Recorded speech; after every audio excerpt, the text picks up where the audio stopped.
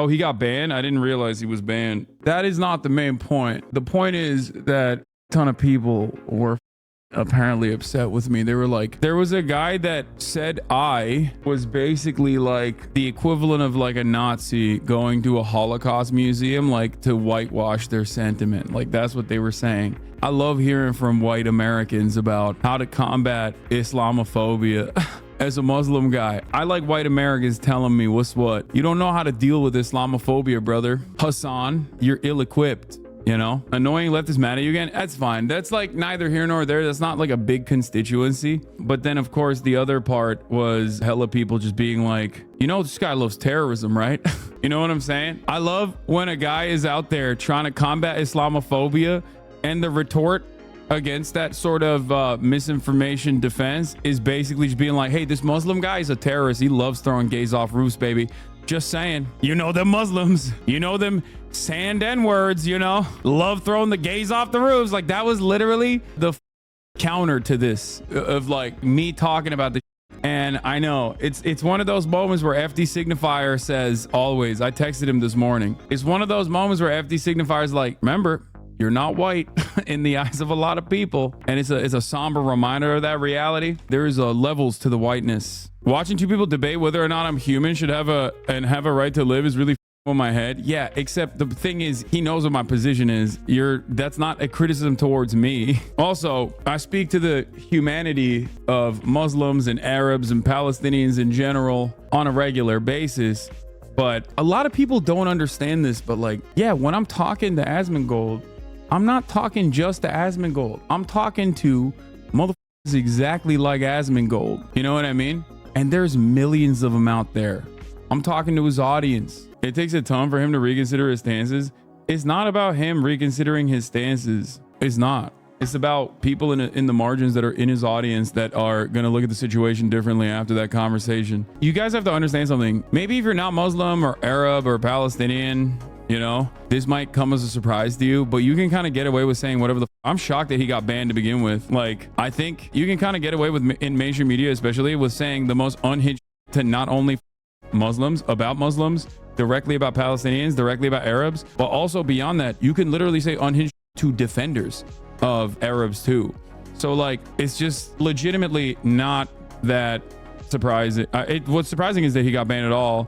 I didn't even realize that he was banned, but I'm letting you know, dude, what Asmongold said is not any different than Bill Maher, dog. What are you talking about? Bill Maher says it to a larger audience. The only difference between what Asmongold said and what Bill Maher says on a regular basis is that Bill Maher has 40 years of media training. So he knows not to say certain things so overtly, but the sentiment expressed is exactly the same. Okay. That's the only difference. Like the language that Bill Maher uses is still like crafted around like liberal tent poles and liberal cultural signifiers enough that it can like masquerade as polite conversation when what he's saying is identical. Bill Maher never said to kill the kids before they grow up. First of all, you're literally wrong.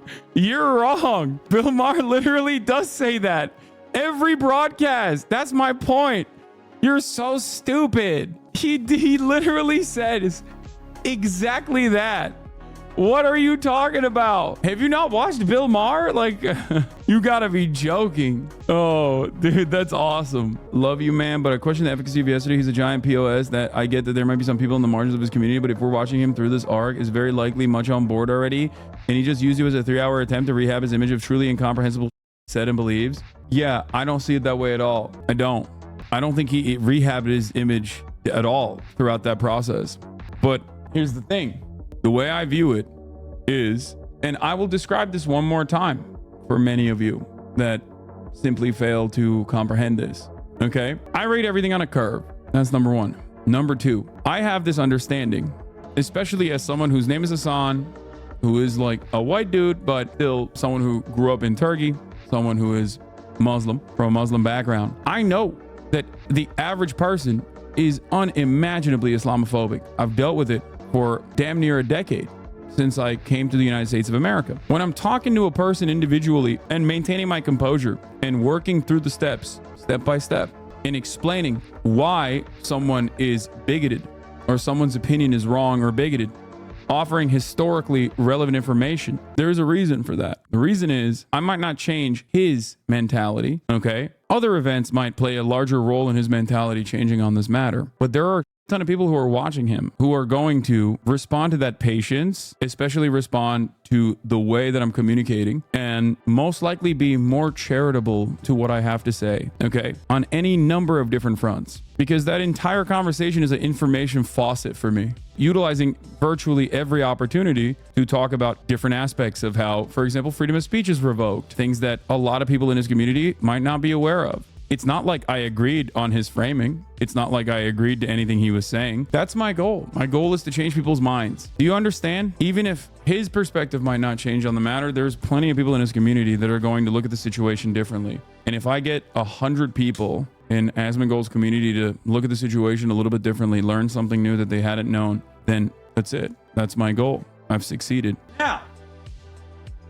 If there was any moment where I was like conceding to his framing on the matter, that would be an entirely different conversation. I'm not going to go in front of like a Ben Shapiro type, for example, who I would categorize as simply different than Asmongold as well.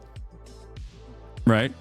But even if I were to go in front of a Ben Shapiro type and have like a relatively cordial conversation, which I would not be able to maintain composure in a similar capacity to Ben Shapiro. He's a professional speaking head. He's a talking head. But here's the thing. There's never going to be a world where I concede to his framing on anything.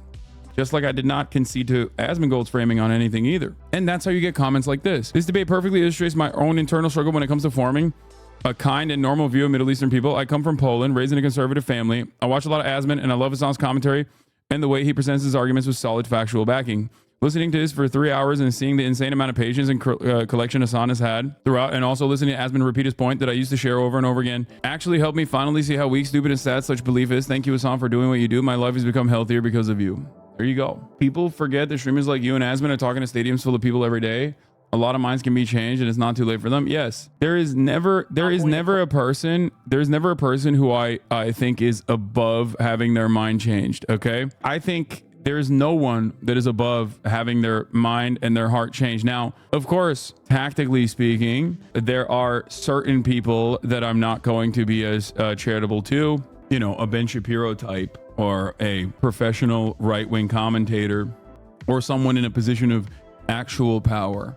You have to understand, my commentary is like water, okay? And if you want to understand my method, basically my method is simple. I give back the same energy that I take. That's number one. Number two, I'm not going to concede to like that I don't agree with no matter what. But more importantly, I also am consistently, and this is something that like I think marginalized people who are professional commentary people understand this, like always, there's always something in the back of your mind. Like if you are a black political commentator, you know that every single thing that you say is going to be under a microscope by a broad audience of predominantly white people who do not have your understanding of the world, who have never empathized with your position. So if you get really angry, for example, that they're going to, even if you're completely correct, it does not matter. The facts in that situation, no matter how hard they are on your side, are irrelevant.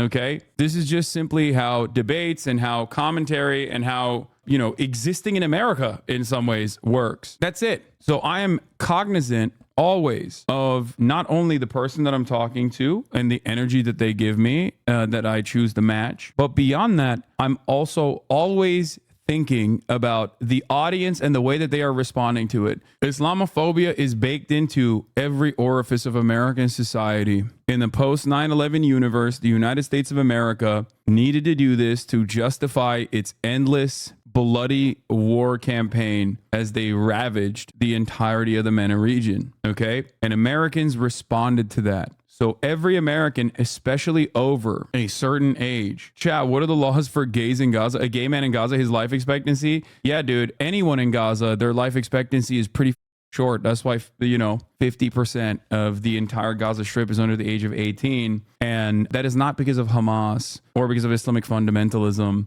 That's entirely because of Israel. But, you know, you can try to keep making a woman in Gaza her life expectancy. Yeah, I think you're making like, I suspect you're making an anti-Israel argument without recognizing that you're doing that. Yeah, the median age of people in Gaza is literally 15. Has there ever been a group of people in history that has deserved genocide? No, of course not. That's not how that works. Genocide is the number one crime. Like the Germans post World War II did not deserve genocide. You know what I mean? Like there is no moral genocide. There is no defensive genocide. A Reddit comment that shows you are right. To be honest, Hasan changed my opinion on it a little bit. Not the fundamental of what Asman was saying, but my look at Palestine, hearing someone who heavily understands it and isn't some random Twitter user posting, hey, look at me, was pretty interesting. The fundamentals of what Asman was saying isn't wrong, and I do mostly agree 100%, but Hassan was pointing out that you can't imply that here. The country and its people aren't in a functioning state, be it because of Hamas, Israel, or outside forces. Hassan was pointing out that Palestine as a people and culture hasn't been able to be who they are for decades because they're consistently being bombed and killed. But in the past, when Palestinians were able to be themselves, this kill all non-believers, rapes and kills for fun and concept never existed in their culture. So he wasn't sure why Asman was assuming that they would. I know some will say, well, they're doing it now. And the point I think Hassan was making is the they is a handful of people, and they're only doing it because there's no established ruling or government and do not represent the rest of the people. The majority of people aren't able to sort this out, stand up, or call it out because the country is constantly being destabilized. I don't think going against the only group that's fighting against the constant destabilization is a smart thing to do. It's a die by Hamas or die by Israel situation, in my honest opinion. So the only thing most Palestinians' minds is how this survived the day. That's awesome that this person who still has like resilient Islamophobic sentiment baked into his argument is like so close to fully recognizing the situation. You know what I mean? But that's it. That is the reason why I try to have these conversations. Okay. And this is being on Reddit. It makes it so crazy.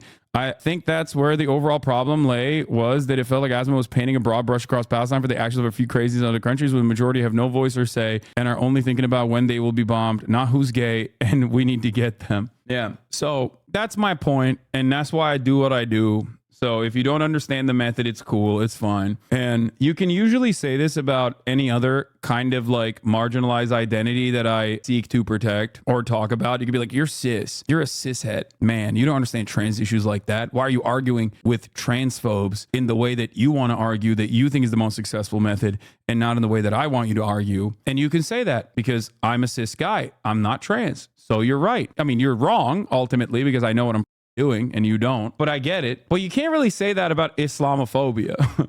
It's the one thing you can't really say that about me on. That's the one thing, right? So like I'm the one getting bomb swabbed at TSA, baby.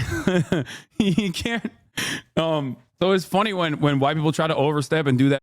But it's fine. You do you. It's the same thing I say about any kind of group that I defend, that I talk about. It's not for you. If I'm talking about black issues with someone who's anti-black, that's not for black people, bro. That's not. It's for white people. There's a conversation for white people. Most of the conversations that I have when I am talking to an outside group is specifically targeted towards young white men, okay? So if you sometimes feel like I'm out of pocket in the way that I'm communicating certain things and it makes you feel a certain type of way, it makes you feel angry, okay? Yeah, well, it's not for you. You already know where I stand. Trust me, okay? Do you get what I mean? You're already black. You already know what being a black person in America looks like. You live it every day. You already have a certain amount of lived experience, okay? You might be able to brush up on certain talking points and effective counters or whatever in terms of messaging when you watch a debate that I might have with someone who's anti-black, but you already have that lived experience. I'm talking to people who don't have that lived experience. I'm using my privilege specifically as an effective communicator that looks a certain way, that acts a certain way, that behaves a certain way to break through on a lot of people who would never listen to a black person because of their anti-black status from the start. The goal is to chip away at that because bigotry is quite resilient, especially when it's consistently being propped up by social conditioning. And that's it. Give it a break, Lamau. No, I'm not going to give it a break. This is like fundamentally something that I believe in, something that I care about, something that I think I'm quite successful at, as a matter of fact. And no, I'm not going to give this a break. How about you take a break for 3 minutes at the top of the hour? Okay, but don't get upset if I check you. I forget this isn't for me. I wish more people were progressive on blackness. It's just us defending ourselves. I mean, good luck. It's impossible. His entire society is designed in an incredibly anti-black fashion. It's just like, you know, my job, where I see myself is someone who is a communicator of these sorts of issues to people who would not be responsive in any other circumstance. Like someone who's anti-trans is not, especially in a debate format, is not going to be responsive to a trans person. That's the unfortunate reality, right? So my goal is to penetrate that barrier as being a bro cishet white dude. You feel me? As opposed to like in the real world, the number one thing that you can do as a trans person to combat transphobia is just like be a normal, chill trans person existing in the real world and hanging out with your coworkers. Like, I'm sure every single trans person in this chat who actually does that on a daily basis will tell you that that is the number one way of just like destroying transphobia. Conversation between HasanAbi and Asmongold right now. I'm about an hour into it, and if you're unfamiliar with that conversation, basically Asmongold is coming under fire for saying that Palestinian culture is an inferior culture to that of Western culture because of its roots in Islam, making it more prone to homophobia, transphobia, and more extremist conservative views. And I find Hasan's response to that to be very interesting. I'm going to put this into my own terms, the meaning that I understand and take away from it. Namely, Hasan seems to be saying that there's no such thing as one culture which is inferior to another culture so much as it is one culture which is more or less mature than another culture. And maturity can be hampered or stunted by a lack of material circumstance, and or from the restriction or taking away of material circumstance, a culture might regress, which we might be experiencing here in the United States, unfortunately, at the moment. Now, that's not to say that as cultures mature that they all homogenize into one identical culture. Not at all. Much like individuals, each person develops and matures into their own self. And Hasan goes on to argue that all cultures should be supported insofar as making sure that their material needs are met, so that they have enough autonomy, so that the liberation movements that are necessary for them to mature can occur.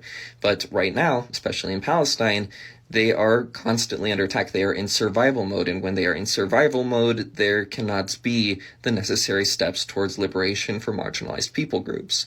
So the first step is to get to a place of stability, get to a place of general liberation from an oppressive regime. And then that's a good summary. From there, we should start to hopefully see like cultural maturity.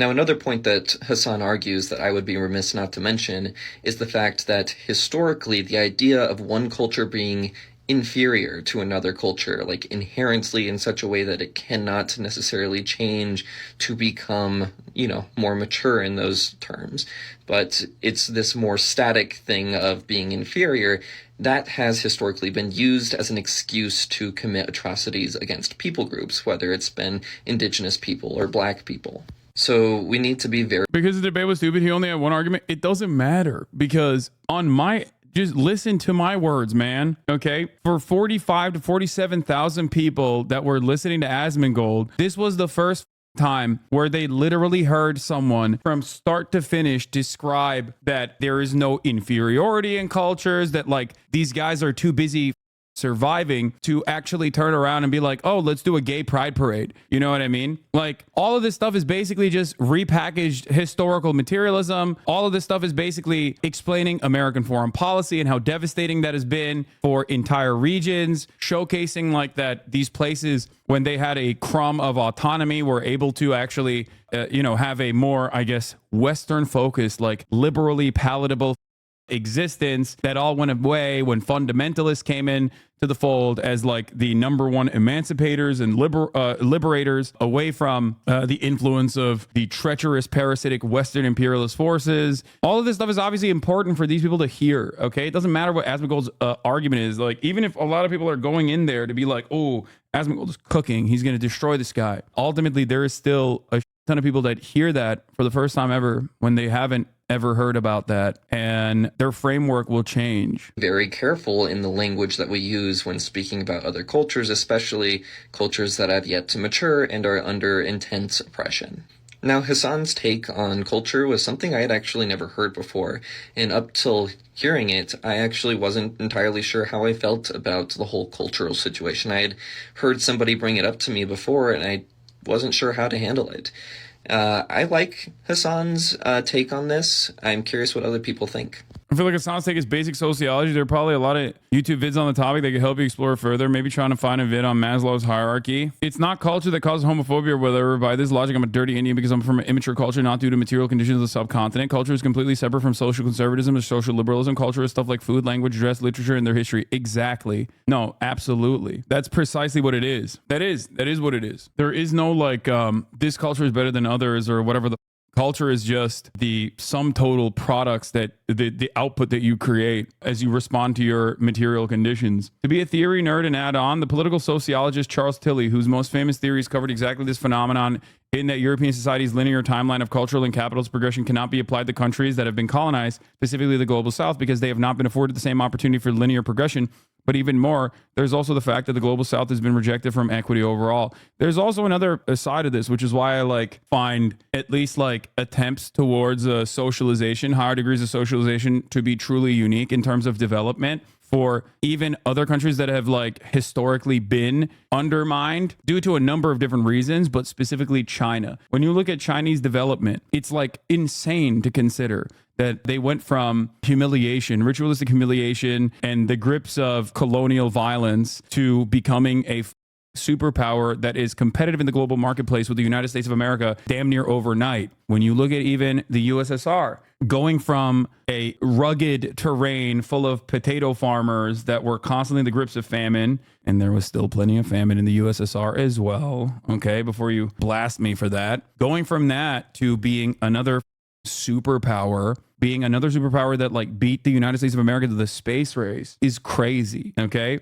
I mean, that is, in my opinion, in my estimation, these are massive leaps. These are massive projects that even at a time when like technological prowess had not caught up, simply the ideological resilience and an interest in doing something different caused so much of this collectivization to occur in such a short period of time without 400 years of chattel slavery and colonial exploit. And a lot of people cannot look at that on an even playing field. One, because they are just simply ill-equipped to understand any of that from a materialist perspective. They just don't, like there's no way to comprehend it. Like there is no way to look at the situation with a broader snapshot and try to, I mean, in Russia, they had plenty of history of colonial exploit, as did China, just in the way that the West did. Yes, but their overall standing from their starting point of this project to its peak is insane.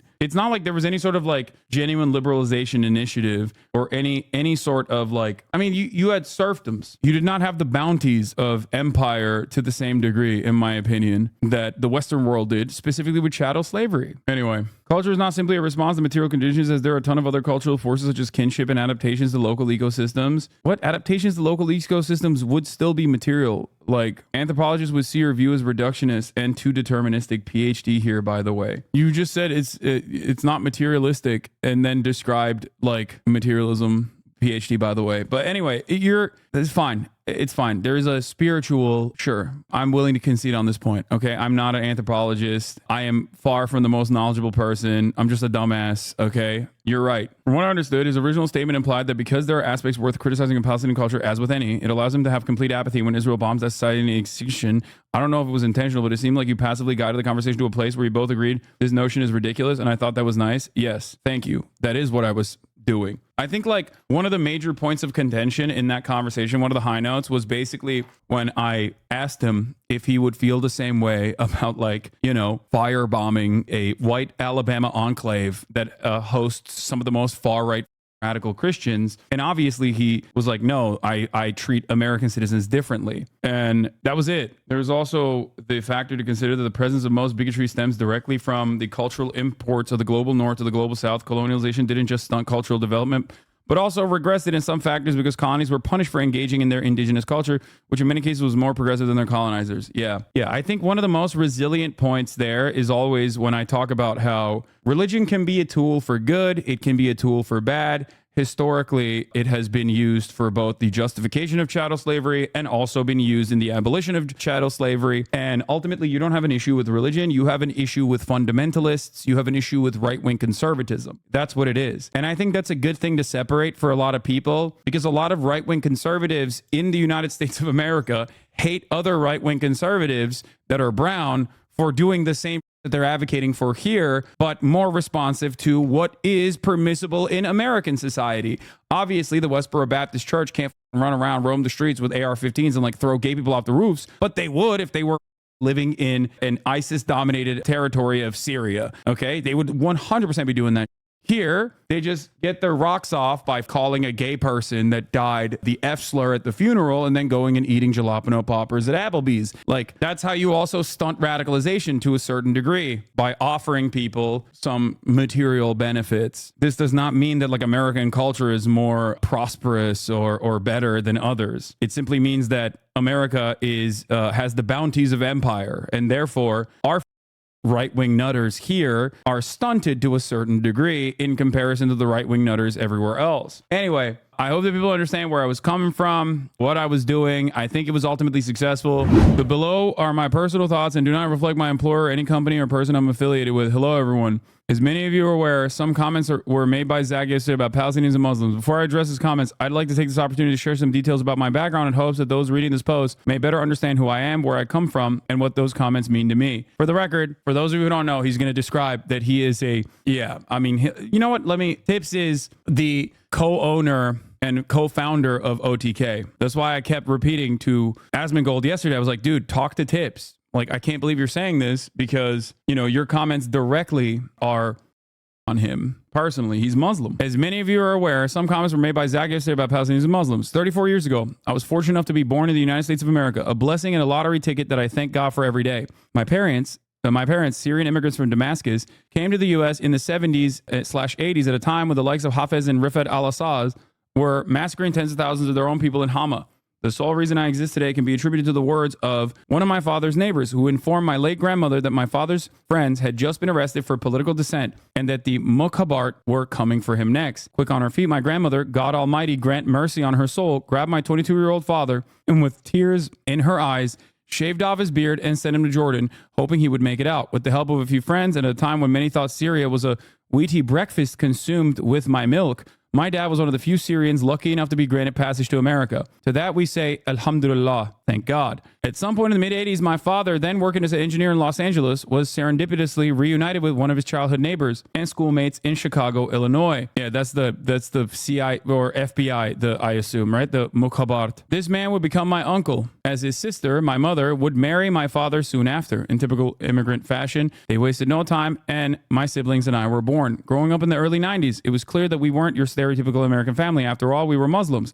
Headscarves, no pork, 5 daily prayers, and so on. We dressed conservatively, packed foreign foods in our lunches, and spoke with thick accents until grade school. Yet, strangely enough, I cannot recall a single moment in those early years where I felt different. Yes, our swim trunks could have been less goofy, and explaining what zatar was to kids at school was a thing. But despite all that, we were just another American family in Southern California, navigating life and seeking out the coveted dream. Then 9/11 happened. For those that may have been too young to remember, September 11th was not simply a moment or a day. It was a monumental shift in thought and discourse. People were horrified, confused, but above all, angry. In a famous incident, popular radio host Howard Stern called for the entire Middle East to be nuked. Bomb them all. And his opinion was not uncommon, from school teachers to store clerks, politicians to celebrities, liberals to conservatives. One thing was on everyone's mind. We got to get them. But who was them? Surely the perpetrators and murderers who planned the attack, killing thousands of innocent people in the process and changing the landscape of modern humanity. However, to some, them had a much broader definition. And that some grew, by the way. That some virtually became all. One of the least understood aspects of the attacks was the local aftermath, specifically the experiences of Americans who could be perceived as Arab passing. It didn't matter if you were Persian, Indian, South Asian, or even Latino. If you were within a certain shade of beige and had a 3+ syllable last name, you were that had to be dealt with. Many religious minorities were also caught in the crossfire, with Sikhs, Hindus, Sephardic Jews, Arab Christians, and others receiving this a significant share of the vitriol. Acts of wanton violence became commonplace. House of worships were burned down, and random people you knew from your community were being locked up, with some never heard from again. Never forget, the first victim of Islamophobic hate crimes was a Sikh man in, I believe, Texas. He was not Muslim. He was Sikh, and they killed him. Guy walked into a bar and killed him, specifically because he thought that, or Arizona, not Texas, I thought Wisconsin. Yeah, he was wearing a turban. But how could this happen? How could such a monumental shift in attitude and behavior occur in the greatest country to ever exist? The same country that opened its arms wide to the tired and the poor and not once made us feel less than any other American. Truly, to be born American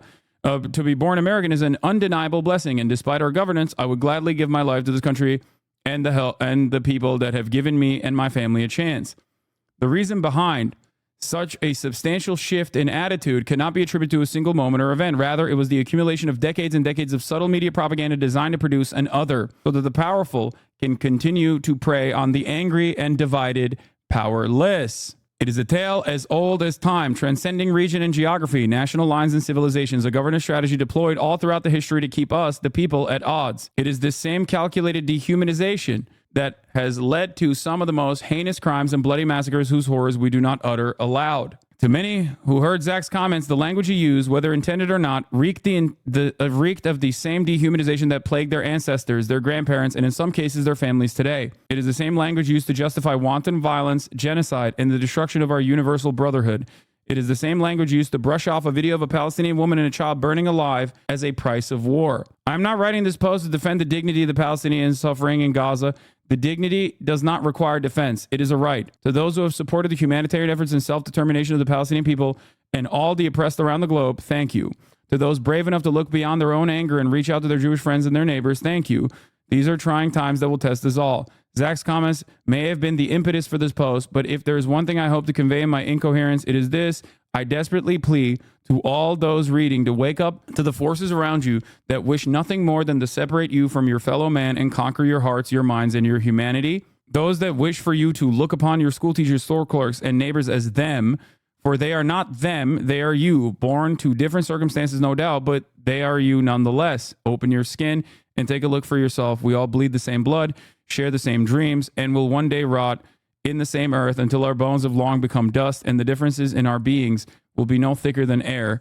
Please, for the love of all that is holy and good, look out for yourselves and those around you. And if you ever feel the urge and anger to reduce your fellow man to anything less than yourself, ask aloud, who benefits? Thank you for taking the time to read this. I'll be spending most of my upcoming time working behind the scenes to ensure our staff and teams are all right, and the OTK continues to grow into the place I know it can be. In the meantime, peace. So the person who wrote this is, again, Hips, who is like one of the co-founders of OTK. The organization that Asmongold is also a co-founder of and a co-owner of. Like, he is one of the most important people in OTK. Good dude.